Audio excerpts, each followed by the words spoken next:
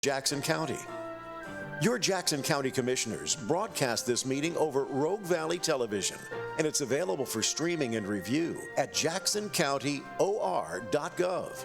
Under the Government tab, under Recorded Meetings, click on RVTV Live Streaming. The types of business that occur at this meeting include public hearings, official voting on actions by the Board of Commissioners, presentations by departments of the county, and recognition of service that makes our county great.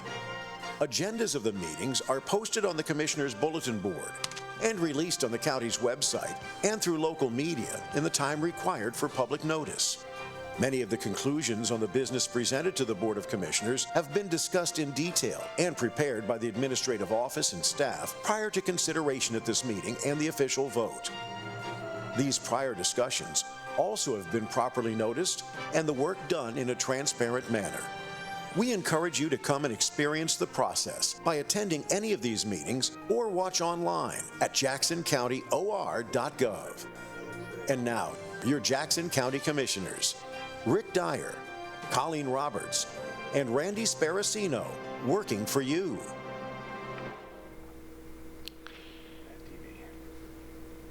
Well, good morning. It's 9:30, and I'll call to order the Board of Commissioners' regular meeting for August 20th, 2025. We're in the courthouse auditorium and also an audio-video conference. And we'll begin with the Pledge of Allegiance. If you'd stand and join us.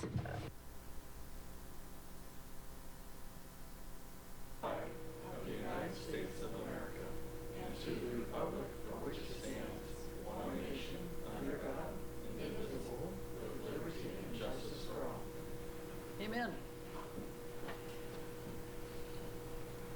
And our first item on our agenda is the request for and discussion of non-agenda items. It's a 5-minute limit pursuant to the codified ordinances of Jackson County, Section 213.06.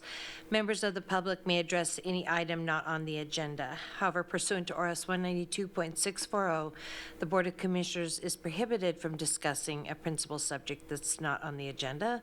Therefore, the Board of Commissioners will listen to your concerns and may consider the matter you raise by asking staff to follow up on any questions or by placing the matter on the agenda for discussion at a future meeting. And we have a sign-up sheet in the auditorium. No one is signed up, but if you'd like to speak, you can come to the podium, give your name and address for the record. Or if you're online, you can raise your Zoom hand feature and you'll be brought into the meeting, and we'll do the same. So.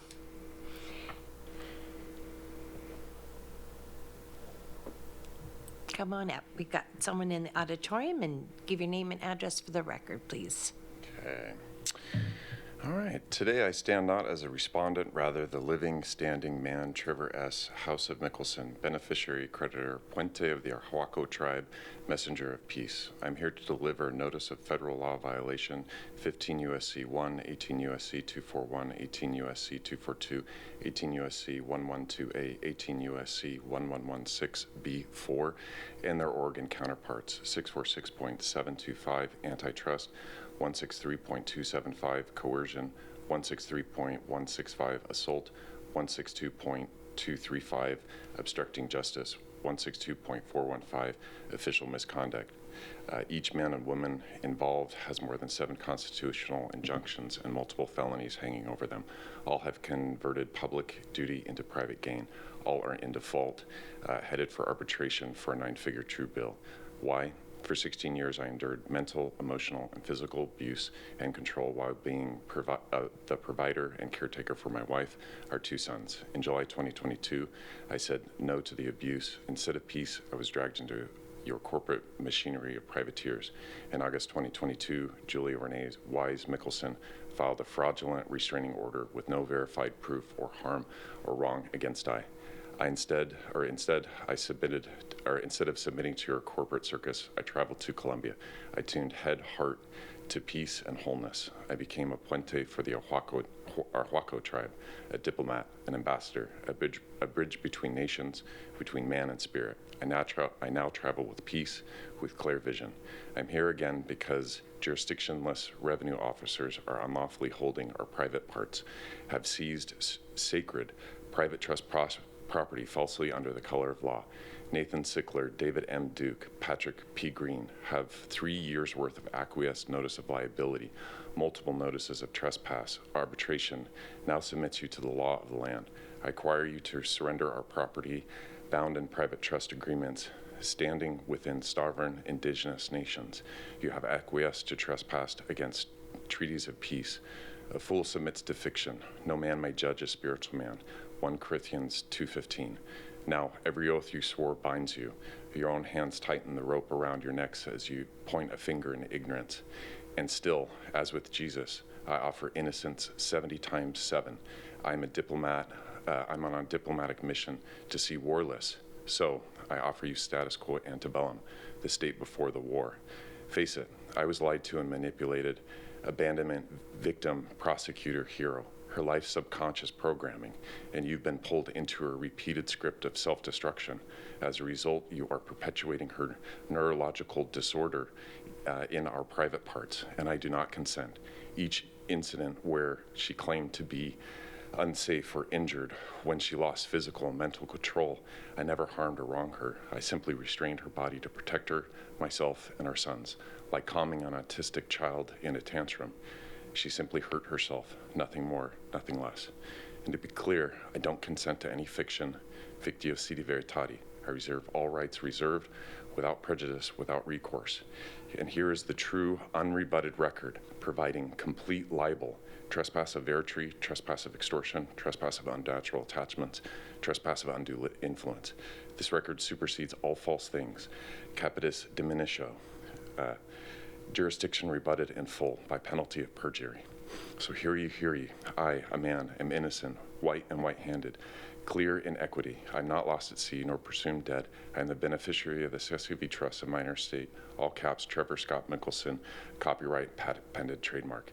And you have 24 hours to stand in our honor, rescind your oath to the corporation, swearing a new oath to the men and women of Oregon. True beneficiaries, restore what was robbed. We are not your clients or your employee, or remain in dishonor before men, before nations, before heaven. Trust, this is about peace. I know what it's like to be lied to, manipulated. For 16 years, I was there. Now you know the same false light. You can stop here, choose status quo antebellum, restore property, no peace and wholeness. You can honor your oath on the land and soil of Oregon, or follow the illusion of a disturbed, neurological, disordered narrative further into default, executed in dishonor. The war is only in the mind of the woman who lost control. I'm not your enemy. I'm a diplomat and messenger, and our Joaquin Puente, and I invite you to step into peace with us. Where do I file this notice? You can give any documents to our recorder. Thank you. Anybody else in the auditorium wish to speak? And is there anybody online? Madam Chair, there is no one on Zoom with their hand raised at this time. Okay, with that, we'll move on to the consent calendar. We have minutes of meetings from the Board of Commissioners work session from July 29th, 2025, the Board of Commissioners regular meeting from July 30th, 2025, and the Board of Commissioners staff meeting for July 31st, 2025. I'll move to approve the consent calendar as read. Second. Commissioner Dyer? Yes. Commissioner Sparacino? Yes. Commissioner Roberts? Yes, thank you. And we just have one item for discussion and deliberation, an order authorizing a Jackson County agreement for consulting services with RS&H Oregon Architects, Engineers, Planners, PC. It's order number 181-25. Mr. Jordan. Yeah, Madam Chair, I appreciate the board hearing this today, and I'm excited about bringing this to the board. As you know, we're embarking on what will, in today's dollars, cost about $180 million to expand our airport. It's a 3-phase project. Phase 1 is about $115 million estimated cost. That includes what this contract here proposed for your approval will be today. We expect to hopefully begin construction in 2027 on Phase 1 and implement Phase 2 and 3 as funding becomes available. In this case, our airport department used a request for qualifications to select architectural and engineering design services for the terminal expansion project Phase 1. The RFQ was published in the January 3rd, 2025 edition of the Daily Journal of Commerce and the January 4th, 2025 edition of the Rogue Valley Times. It was also posted to the Jackson County website on January 3rd of 2025. We actually had 9 contractors who submitted statements of qualifications. Those include CNS Companies, Corrigan Associates Incorporated, CSH QA Incorporated, DLR Group, and Louis Vidal Architects JV, EXP US Services Incorporated, Gensler, Henneberry, Eddy Architects Incorporated, Mead and Hunt Incorporated, and RS&H, Oregon Architect Engineers Planners PC, otherwise known as RS&H. Corrigan Associates Incorporated, Henneberry, Eddy Architects Incorporated, and RS&H were interviewed.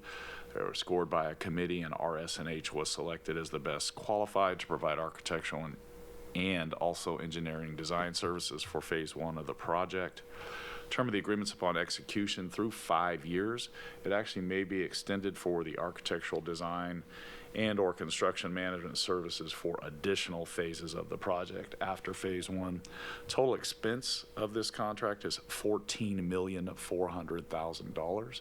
We pay that as we go through the project process. I will tell the board we did negotiate that price about $1.5 million less than originally proposed. About $1 million of that's actually service, and about $500,000 of that was a contingency that RS&H wanted to hold versus us holding the contingency. And in this case, obviously, I do recommend your approval. Thank you. Any questions? And move approval of order number 181-25. And I'll second. Any discussion I think- besides excitement? I'm extremely excited. I believe that this project, once completed, will be completely transformational for Southern Oregon. This is a very, very big deal. Yeah, absolutely, and necessary if you've been to the airport at peak times lately. Just enabling the airport to continue and to expand, and all that means for, again, not just the economy, but for the utility of folks and again, not just in Jackson County, but our entire region. So it's a pretty exciting step, and looking forward to seeing it move through. Let's take a vote. Commissioner Sparacino? Yes. Commissioner Dyer? Yes. Commissioner Roberts? Yes, and that does conclude our agenda, and so our meeting is adjourned.